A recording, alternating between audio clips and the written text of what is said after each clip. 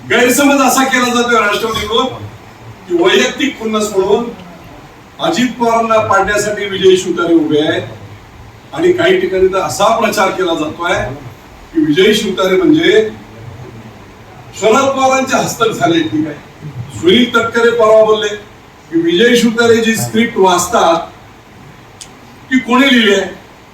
आता त्याला मी सांगितलं काय सांगायचं ते सांगितलं. अशा प्रकारचा नालायकपणा पुरंदरची माती आणि करेचं पाणी कधीच करणार नाही. विजय शिवतारे नाव महत्वाचं नाही. ही लढाई मी प्रत्येक ठिकाणी सांगत आलो आहे. ही लढाई प्रस्थापित झुंडूशाही घराणेशाही पवारांची, त्याच्या विरुद्ध जनसामान्यांची लढाई, सर्वसामान्य मतदारांची लढाई, त्यांचं प्रतिनिधित्व विजय शिवतारे करतोय. नाव विजय शिवतारे परंतु लढाई कुणा विरुद्ध आहे? पवारांच्या विरुद्ध. ही तुमची आमची लढाई आहे. लढाई छोटी नाहीये, लढाई मोठी आहे. पण लक्षात घ्या, आम्हाला वारसा आहे हो त्या रक्ताचा. मोगलांचं प्रचंड एवढं मोठं साम्राज्य देशातलं, कोणी मोगलांच्या विरुद्ध बोलला की त्याची मान कापायची किंवा त्याला झाडाला मारून कापून फास द्यायची अशी भीती असताना सुद्धा या पुरंदरने अनेक युवानांचा खात्मा केलाय. परवा बोलता त्या मला त्या राष्ट्रवादीच्या कोण बापू भेटले, कोणतरी त्याने होल मारली. मुंबईला जाताना म्हणे मावळ मधून रस्ता जातो, मग आम्ही बघू आता स्ट्रॅटेजी कशाला सांगू. पहिलं तर मस्ती केली माझ्या कुठचं तरी काय मावळ रस्त्यांचा बापू विमानाने काय अडकवायचं बघ.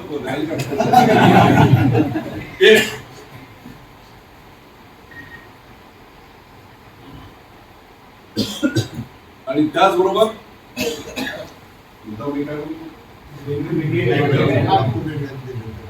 बापू वेगळे नाही त्याला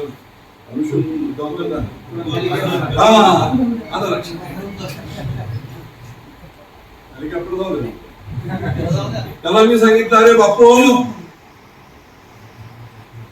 त्या अजित पवारने गोळीबार केला, शेतकऱ्यांना गोळ्या घातल्या, थंड रक्ताचे तुम्ही गप्प राहिला.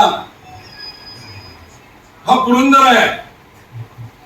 मान कापल्यानंतर सुद्धा 500 मान कापलेला हा पुरंदर आहे.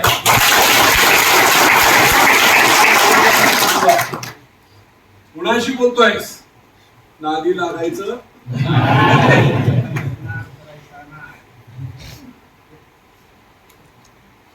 आणि ते शरद पवारांनाही माहितीये विजय शिवतारे काय आहे, अजित पवारांनाही माहितीये. तुम्हाला तेवढी जास्त कल्पना नाही. कधी कधी हवा करतात, अरे बापूंची तब्येत ठीक आहे, ठीक नाहीये. अरे बापूंची तब्येत ओपन हार्ट सर्जरी होऊन 3 वेळा महिन्यात आठवड्यातून डायलिसिस करत बापू एवढा ठणठणीत आहे ना. या रावणाचा वध करण्यासाठी दहशतवाद. मी आज टीव्हीला सुद्धा बातमी दिला, ग्रामीण टेररिझम, रुरल टेररिझम, ग्रामीण भागातला दहशतवाद या पवारांनी केलेला संपूर्ण महाराष्ट्रात आणि इथे देखील. काय रे विजय बापूचा कार्यकर्ता आहे, त्याचा ऊसच तोडायचा नाही. विकास सोसायटीतून तरी उलट उलट्या विचाराचा आपल्या असं करतो काय ग्रामपंचायतला, त्याला कर्जच द्यायचं नाही,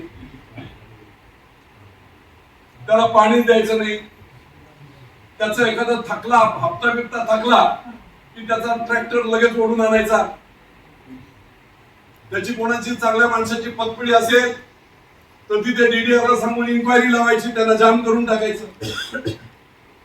अजितदादांनी केलेला पाप जर तेवढा विजय शिवतारे स्ट्रॉंग नसता तर श्रीनाथ पतसंस्था 45 वर्षांचा आबाची मेहनत शेवटच्या क्षणाला ही पतपिढी काढली होती. ऑर्डर झाली, प्रशासक नेमा, 6 वर्ष हवा, आता निवडणूक लढू शकत नाही, 3ऱ्या दिवशी फॉर्म भरायचे होते.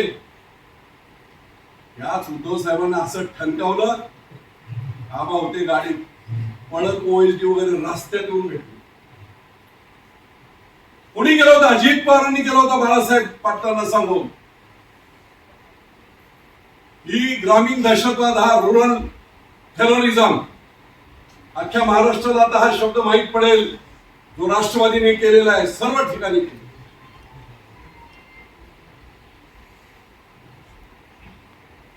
मी नेहमी सांगतो, सकाळी शेतकरी उठला, गायीची धार काढायला गेलं तर गायीचं धार गाय कुठून या संस्था बोलले, संस्थावरून बोकळ बोलून बसेल. दूध द्यायला गेलं की डेअरी यांची, शाळेत पोराला घेऊन चालला की फटफटी येते, फटफटी यांच्याकडून घेतली, शाळा यांचीच, बँका यांच्याच. 70 वर्षात स्वतः काय केलं नाही, परंतु एक घुसले. कमिशन सरकार कुणी बनवतात, घुसले. सगळ्या ठिकाणी काही केलं नाही, घुसले. आणि म्हणून ही घुसखोरी मी सांगतोय, ईस्ट इंडिया कंपनी परत गेली लंडनला आणि महाराष्ट्रात ही पवार कंपनी घुसली, डिवाइड अँड रूल करत रग फोडली. आणि म्हणून आता त्यांचा पापाचा गटा भरलाय. कुणीही सांगत असेल की मी शरद पवारांची मदत करावं, दोघेही तेवढेच, एक राक्षस एक ब्रह्मराक्षस. दोघांचा खात्मा करायचा आपल्याला, काय खायचं नव्हतं.